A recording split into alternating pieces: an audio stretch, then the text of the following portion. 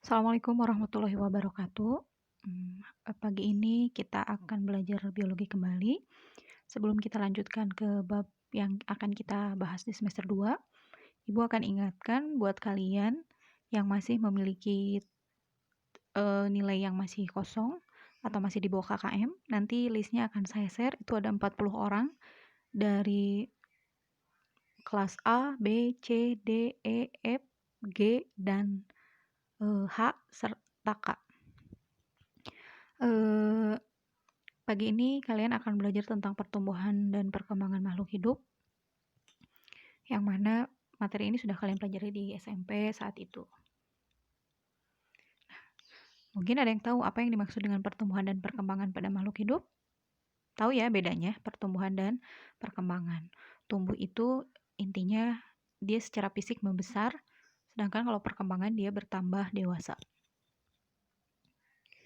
Nah, untuk materi yang akan kalian pelajari di bab ini, itu ada 4 poin utama.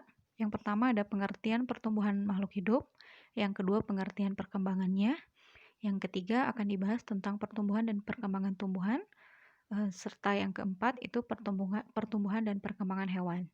Untuk pertumbuhan dan perkembangan hewan akan saya bahas di pertemuan minggu depan, hari Rabu minggu depan. Jadi hari ini kalian hanya akan tahu pengertian pertumbuhan dan perkembangan secara garis besar dan akan sedikit belajar tentang perkembangan tumbuhan.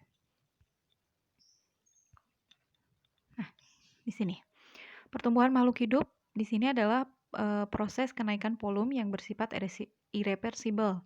Artinya tidak bisa kembali. Maksudnya kalau makhluk hidup itu sudah tumbuh, dia tidak akan balik lagi ke seperti semula. Dan pertumbuhan itu dapat diukur dan dinyatakan secara kuantitatif. Artinya ada angkanya. Misalnya apa? Tinggi, berat. Jadi ada terlihat jelas pertambahan ukurannya, pertambahan volumenya itu terlihat jelas ada bertambah besar. Itu tumbuh. Misalnya apa? Ketika kalian menanam tanaman, setiap hari kalian melihat tanaman itu bertambah tinggi, daunnya bertambah banyak, diameter batangnya bertambah besar, itu kategorinya tanaman itu tumbuh. Ya, itu tumbuhan.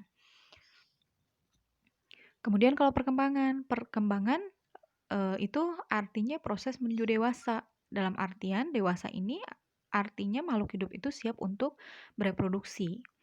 Nah, berbeda dengan pertumbuhan. Kalau pertumbuhan itu bisa diukur, sementara kalau perkembangan tidak ada ukurannya, tidak ada angka yang menunjukkannya. Tapi dia lebih ke karakter pendewasaan yang muncul. Misalnya apa kalau pada tumbuhan? Misalnya tumbuhan sudah mulai berbunga, artinya dia sudah siap untuk berkembang biak. Atau pada diri kita sendiri, awalnya kita belum bisa berjalan, sekarang bisa berjalan, bisa ngomong, sudah menstruasi kalau buat perempuan. Itu salah satu contoh perkembangan yang mana dia hanya bisa dilihat, tidak bisa diukur, tapi bisa diamati, terlihat bentuknya. Kemudian selanjutnya, pertumbuhan dan perkembangan pada tumbuhan. Yang namanya tumbuhan itu awal mula perkembangannya diawali dengan yang namanya perkecambahan. Perkecambahan itu dari biji. Biji akan bisa berkecambah kalau dia ada air. Air itu fungsinya sebagai starter perkecambahan. Dia bisa mengaktifkan hormon yang ada di dalam biji. Yang awalnya air itu masuk ke dalam biji melalui proses yang namanya imbibisi. Imbibisi itu seperti yang kalian lihat di slide, artinya proses masuknya air ke dalam biji. Nah, kalau si air sudah masuk secara optimal, sudah mencukupi dia untuk tumbuh, maka akan mulai terjadi perkecambahan. Ya, sampai sini paham ya? Kita lanjut ke slide selanjutnya. Nah, di sini perkecambahan. Perkecambahan, saya yakin kalian pernah lihat ya, di SMP pernah nanam kacang tanah, kacang hijau, pernah nanam jagung di kapas mungkin atau di media tanah secara langsung, kalian bisa melihat perbedaan perkecambahan dari kedua tanaman tersebut. Karena berdasarkan letak kotiledonnya atau keping bijinya, perkecambahan itu ada dua tipe. Ada yang namanya epigeal dan hipogeal. Gambar satu itu kalian bisa lihat ada tipe hipogeal. Hipo itu artinya bawah, geal itu bumi atau tanah. Jadi di sini kalau yang hipogeal, si biji tetap berada di bawah tanah, dia tidak terangkat ke atas. Contohnya tanaman apa yang bijinya tetap? Contohnya tanaman jagung. Kalau kalian nanam tanaman jagung, bijinya itu tetap berada di bawah. Sementara yang selanjutnya yang kedua ada yang epigeal. Epi itu artinya atas, geal itu artinya bumi. Contohnya pada tanaman kacang hijau lah yang mudah ya. Pada tanaman kacang hijau atau kacang-kacangan, si biji itu pada proses perkecambahan lama-lama dia akan terangkat ke atas. Dia akan berada di atas permukaan tanah atau epigea. Kita lanjut.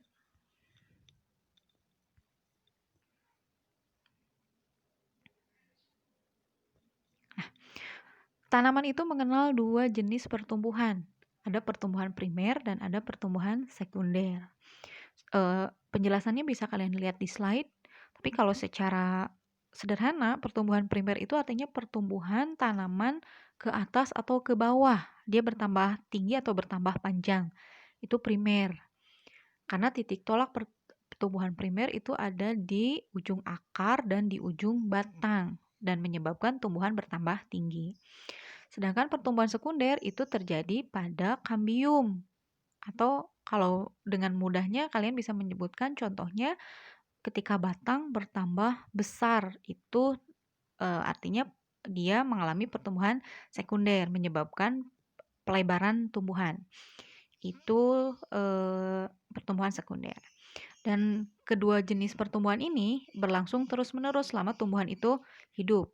Walaupun batasannya beda antara satu tumbuhan dengan tumbuhan lain. Ya, ada tumbuhan yang memang secara morfologi memang tinggi, ada tumbuhan yang karakteristik morfologinya dia pendek. Jadi itu balik lagi ke karakteristik tumbuhannya masing-masing. File presentasinya ini nanti akan saya kirim, dipelajari baik-baik karena nanti ada soal yang harus kalian jawab. Silahkan dikerjakan di buku, kemudian hasilnya difotokan dan jangan lupa setiap halaman yang kalian kirim jangan lupa ditulis nama sama kelas. Nanti di-upload di Google Form yang akan saya kirim. Ini tugasnya. Yang pertama, tugasnya tidak banyak, jadi mohon dikerjakan hari ini juga. Kalian diminta menjelaskan faktor-faktor internal dan eksternal yang mempengaruhi pertumbuhan dan perkembangan makhluk hidup. Yang kedua, menjelaskan perbedaan perkecambahan secara epigeal dan hipogeal. Dan yang ketiga, menuliskan dan menjelaskan macam-macam hormon yang mempengaruhi pertumbuhan dan perkembangan tumbuhan beserta fungsinya masing-masing. 3 soal hari ini selesai ya, ditunggu sampai maksimal jam 4 sore. Jangan terjadi seperti semester lalu, di nanti-nanti, di engke-engke akhirnya tugasnya gak jelas.